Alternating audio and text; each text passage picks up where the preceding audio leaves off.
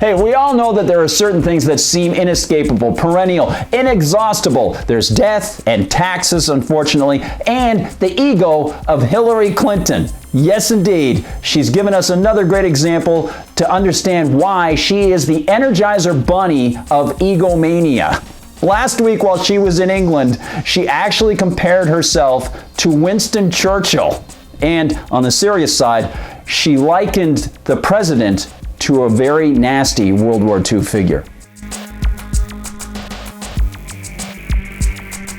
It's true. While visiting Swansea, England, Mrs. Clinton evidently felt compelled to continue bloviating about immigration, despite the fact that her finger in the wind policy stance has already embraced exactly what Donald Trump has been doing. And when courteously asked by an interviewer for The Guardian if she ever considered the possibility of helping heal U.S. divisions by withdrawing from public life, the evidently egomaniacal Big C said this, quote, "I'm sure they said that about Churchill between the wars, didn't they?" End quote.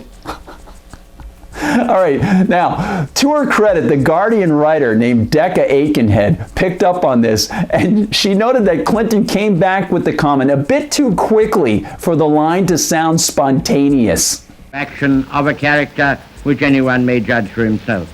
Hey, I hate to break it to you, Ms. Aitkenhead, but those of us who have had to watch Hillary Clinton for over 20 years recognize that spontaneity is not her strong suit. She's much more powered by ego than anything else. In fact, Mrs. Clinton went on to say she wasn't comparing herself to Churchill, but in fact, then she reiterated that she should be likened to Churchill. Quote, "I mean, I'm not comparing myself, but I'm just saying that people said that. But he was right about Hitler, and a lot of people in England were wrong. And Churchill was a pain. He kept popping up all the time." End quote. Oh man, this woman, she just doesn't seem to acknowledge the fact that she is the Lucy Van Pelt of politics. Nobody wants her around. She annoys everyone she meets. Well, hey, yourself and the world and everybody in it. Incredible. But there you go. So she's not only likening herself to Winston Churchill, by not so subtle implication, she is likening Donald Trump to Adolf Hitler. Action of a character which anyone may judge for himself. To liken Donald Trump to Hitler is pretty stunningly bold. And for Mrs. Clinton to liken herself to Churchill just typifies her jaw-dropping hubris.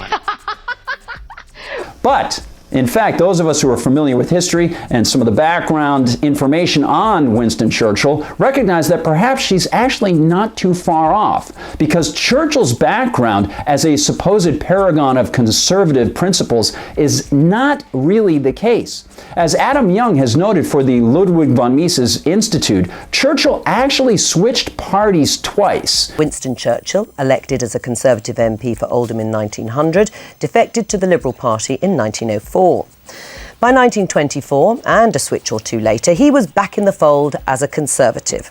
He helped usher in the UK welfare state that is currently smothering so many UK taxpayers, and promoted a bill immunizing union thugs from legal prosecution. So, perhaps Mrs. Clinton is a lot like Winston Churchill. Well, one thing's for sure. She's sure to say something else that typifies her nearly infinite ego, and we will have to laugh, even as we feel uncomfortable. We'll make sure we get that one to you, and we thank you very much for watching. Don't forget to like and subscribe on the videos, very important, and if you feel like commenting, we'd love to hear from you. For MRC TV, I'm Gardner Goldsmith.